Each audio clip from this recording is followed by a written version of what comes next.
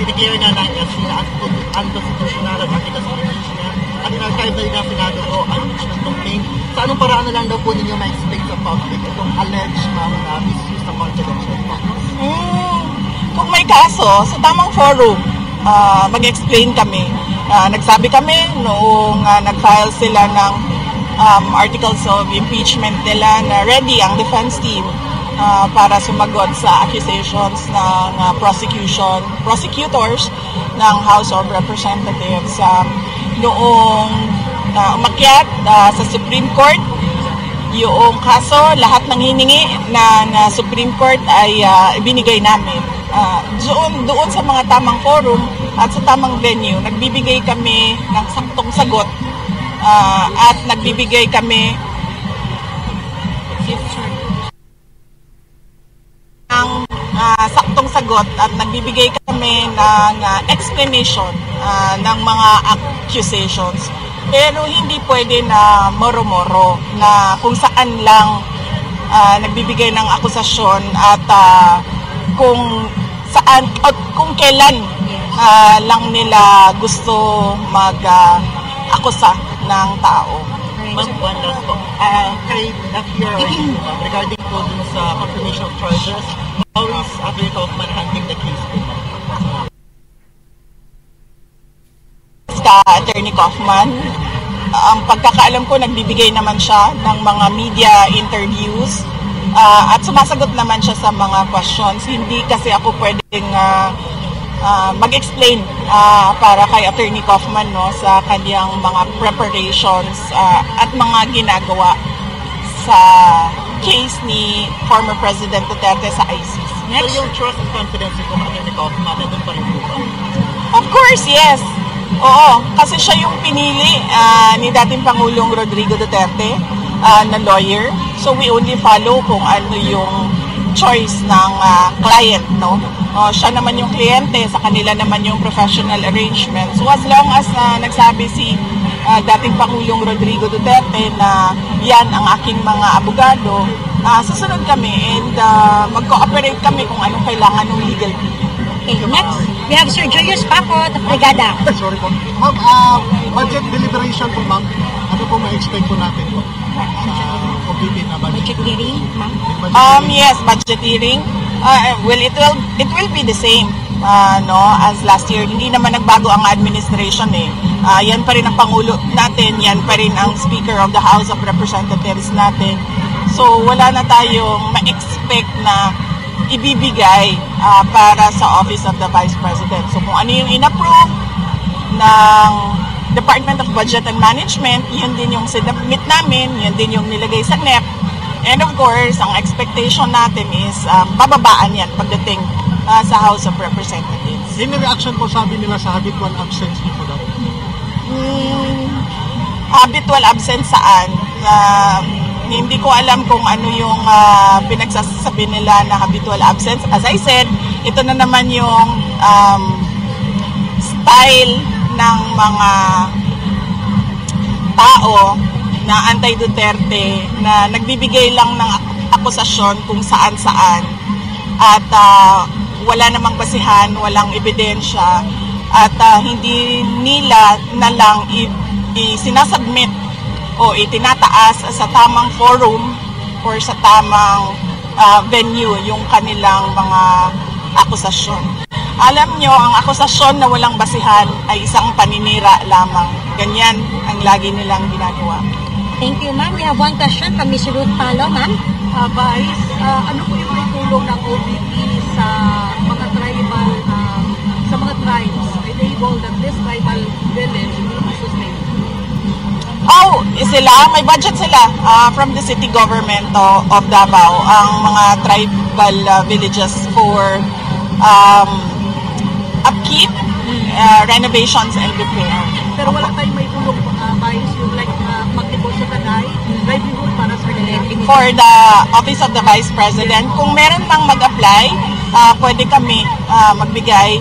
So as long as nandyan pa yung budget ng magnegosyo taday, kung meron silang small and micro, small and medium na mga livelihood negosyo, ay pwedeng makabigay ang Office of the Vice President. Thank you. Ma'am, we have Ma'am Aya of EDGE. Last. What is your take on the recent Canada speaker, House Speaker, na isang i-arted na, isang nalify na, pinapotol sa closure for reconciliation, and mura pa siya sa Still, nagaon sa daw? speaker na good, and then ang Supreme Board na kung hindi will not take action sa MR, si Cabo Ponte is going to be engaged. What's your take on that? Well, I cannot comment, no, because I've not seen the speech. I've not seen the speech of, hindi naman ko nagatanaw sa ilaha, oy. Kay irritating sila sa mataod sa dalungan. So, dili ko nagatanaw sa ilaha. I've not seen it, but dito na lang ta sa kung unsay gisulti sa Supreme Court, no, it's a abuse of authority. So, makita ninyo dito, gilatag og tarong kung giunsa nila pag-abuso ang ilahang power din sa House of Representatives. Last two questions. Describe the speaker as spoiled brat.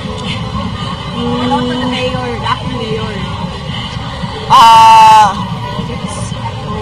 Paliwagan niyo din. Siguro, wala po ko kadungog ana, ma'am.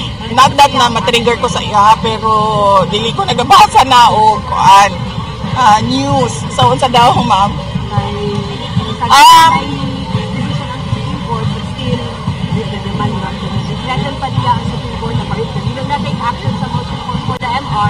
Well, yes. As I said, siguro ang pinakamaayo na description ni Ana naa dito sa decision sa Supreme Court na there was really abuse and there was kanaganing show of power na mali. Thank you, ma'am. We have Ma'am Ivy. Yes. Good afternoon, VP. I just want to ask a question regarding the clamor of the people to declare persona non grata kay Vice Ganda po after that joke referring to FDRR's famous campaign promise to ride a jet ski all the way to the Spratly Islands to plant the Philippine flag there. Not only was the promise unfulfilled, but its eventually administration was give a subservient to the Chinese government, particularly on the issue of the Okay, again, wala ko kabasa sa joke or nakakita sa joke kung asa siya. But kung unsa man ang decision sa City Council of Davao, it has to be a majority decision. And the City Council of Davao is the correct body to declare a persona non grata dire sa ato ang syudad because they are representatives of the 3 districts of Davao City. Thank you. Last, ma'am, we have Ma'am Jean of SMNI. Comment on sa recent remarks ni Trillanes na he won't support Lenny Robredo because mag-aliado daw kayo at magkayo.